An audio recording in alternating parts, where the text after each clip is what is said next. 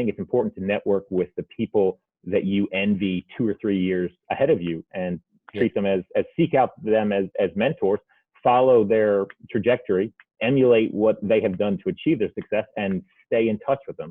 I think is fundamentally important. And it's a pattern. If you're not at a target school, it can make all the difference in the world. I mean, I wasn't at a target school, and obviously I had a leg up, but I think that mentality is what got me in the door, because certainly the big banks were not coming to Babson College to recruit kids like me. We had to go out there and find it. That's fair. Yeah. I think that's a pattern we hear just consistently on this show. It's just like, I wish I had networked more. I wish I had been in touch, had realized how, that one connection could make such a dramatic difference. And so that's great to hear.